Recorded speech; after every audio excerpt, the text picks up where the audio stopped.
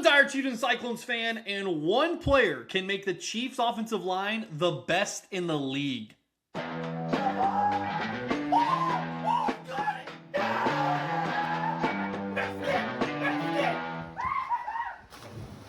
My name is Caldwell. Welcome back to Cyclone Kingdom, and welcome to the California studio as we're here on vacation. But we don't stop the content around here as we prepare for the Chiefs 2026-27 season. Got a lot of fun content coming out for you guys, but let's get right into it. One player can make the Chiefs offensive line the best in the league.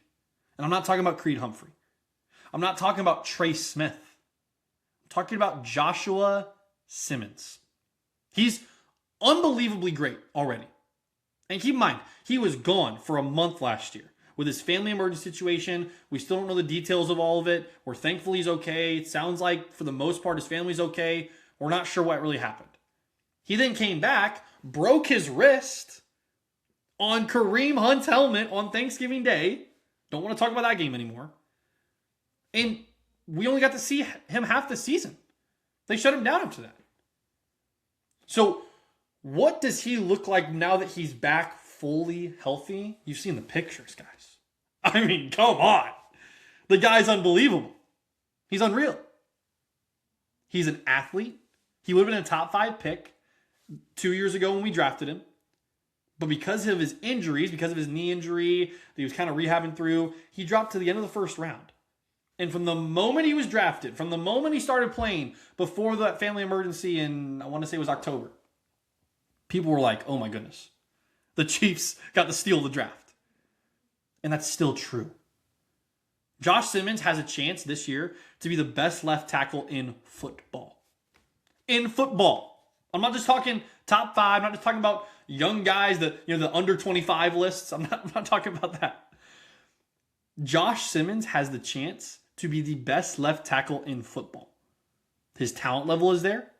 He's still incredibly young. And look at the man's size. I'm super impressed by him. And that's before we talk about the rest of the Chiefs offensive line. Because holy cow, guys, the Chiefs offensive line is healthy. The Chiefs offensive line is stout. And the Chiefs offensive line is deep. We got a deep offensive line for once.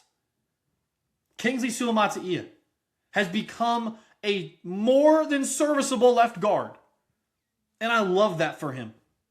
Because when he was drafted, this is why people were scared when we drafted Josh Simmons. When Kingsley Suamataia was drafted, it was like, all right, here's the new left tackle of the future. And it flamed out terribly. He was awful at left tackle. Tried to put him at right tackle. He couldn't really figure it out there. And we put him at left guard last year, guys. And he did great.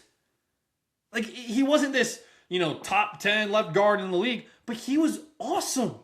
He did a really good job. I was incredibly proud of him as a Chiefs fan.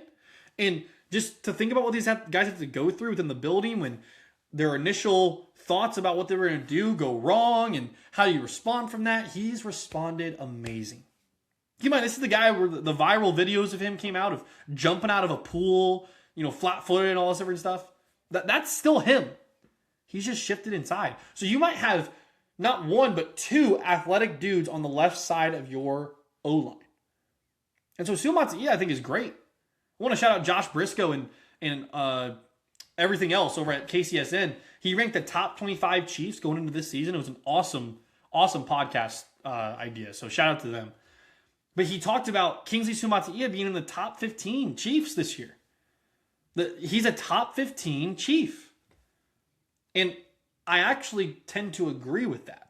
I would put him right more towards 15, but I agree that he is that good. And he's that important as well to the Chiefs. Can we talk about Humphrey for a second? The best center in football, ranked 92nd in the NFL Top 100. More to come on that later this week. The NFL Top 100 has been more of a joke than it's ever been. It's already been a joke before. It's been the butt of a bad joke before. Now it is the equivalent of a toddler project. It is terrible. We'll get into that more. Make sure you like and subscribe for all Chiefs and Cyclones content because we got some stuff coming for that. Humphrey is the best center in football. That's not debatable. I hear your Tyler Linderbaum, Quentin Nelson, but Quentin Nelson's a guard. Like, there's not a better center in football than Creed Humphrey, guys. And he's still young. He was only drafted in 21, 22. Like, he's been in the league 5 years. That's it. And he's already at an all-pro level. He's already, like, by his peers on other teams, thought of as the best center in football. Why was he 92 out of 100? No clue. What he brings to the Chiefs is a grit and a toughness and a stability. Guys, Creed Humphrey is the stabilizing factor of the Chiefs' offense. Yes, it's Patrick Mahomes because he makes plays, and Travis Kelce helps out a lot. If you don't have a good offensive line, you're screwed. Ask the Jets. Ask the Browns. Ask the Cardinals. If you don't have a good offensive line, it's over. And Creed Humphrey, for that reason, is one of the most important Chiefs on the team. Outside of Mahomes and Chris Jones, I would actually put Creed Humphrey above Chris Jones. I think Patrick Mahomes and Creed Humphrey are the two singular most important people to the Kansas City Chiefs each and every year. Without Patrick Mahomes, you see what it's like. And without Creed Humphrey, I mean, it's rough. It's really rough. I'm trying to remember. I don't even know if he's missed that many games. That's part of his toughness and his grit as well. So shout out to Creed Humphrey. Trey Smith, I love. Some of my favorite highlights of the Chiefs' offensive line is when Trey Smith just pancakes safeties or corners, pulling out on a screen or on a toss play or whatever. He's so good, guys. Like, when we got him in the 6th round or whatever it was, back in the same, I think it was the same draft as Creed Humphrey or the year after. I don't usually say this about offensive line when they're drafted. As soon as he was drafted and I started to see some highlights of him, I was like, oh my goodness, we got a dude. And he has panned out amazing. The way he talks about his teammates, unbelievable. The way that he is for the Kansas City community is amazing. And then the way he plays the game of football, I mean, come on. Top 5 paid right guard in football. He had a little bit of a rough patch last year. Was injured, couldn't stay healthy. Had some struggles pass blocking. He's more of a run blocking type of guy. But when he's fully healthy, guys, next to Creed Humphrey, now you throw in the Josh Simmons, Trey Smith can go ball. And he can just go be that run blocking just maniac. And then he adds in that pass blocking dynamic where he doesn't have to worry so much about the rest of the offensive line. And when we think about the blowout Super Bowl losses, it's because the offensive line wasn't healthy. It's because you were playing with, all due respect, Mike Caliendo and guys like that. Like, you shouldn't have to resort to that. Like, I've heard other Chiefs accounts say that, and they're so right in saying this. Like, you shouldn't have to play Mike Caliendo. If Mike Caliendo's playing offensive line, something's gone terribly wrong. It's just true. And that's all due respect to him, but he's a backup. Trey Smith being healthy is super important to this team. And I'm so glad he's healthy. I'm so glad he got paid. I'm so glad that he and Creed Humphrey are just in lockstep with the Chiefs. So he's going to be awesome. And then you come to right tackle. And you come to Jaylon Moore. A guy that didn't really get a chance with the 49ers. Came in last year and didn't really get a chance either. Because Jawan Taylor was already there and Josh Simmons was going to be the future. And then he got hurt and Jaylon Moore just kind of got thrown in. And he handled himself as well as he could have, I guess. But it's his spot to lose. Right tackle is Jaylon Moore's spot to lose. You've heard the rumors about Khalil Benson. You've heard about Esapole. There's a lot of guys that can play that position. That is the weakest of the 5. Depending on how that goes, will let you know everything you need to know about the Chiefs this season. Thankfully, it's not Patrick Mahomes' blind side. That's already covered by Josh Simmons. But it's Jaylon Moore's spot to lose in training camp.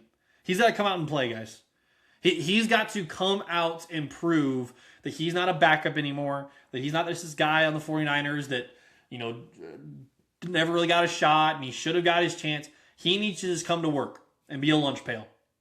Be that blue-collar guy and work your tail off. Because if he does that, and he is serviceable and more than serviceable, similar to Suamataia, the Chiefs' offensive line is the best in football.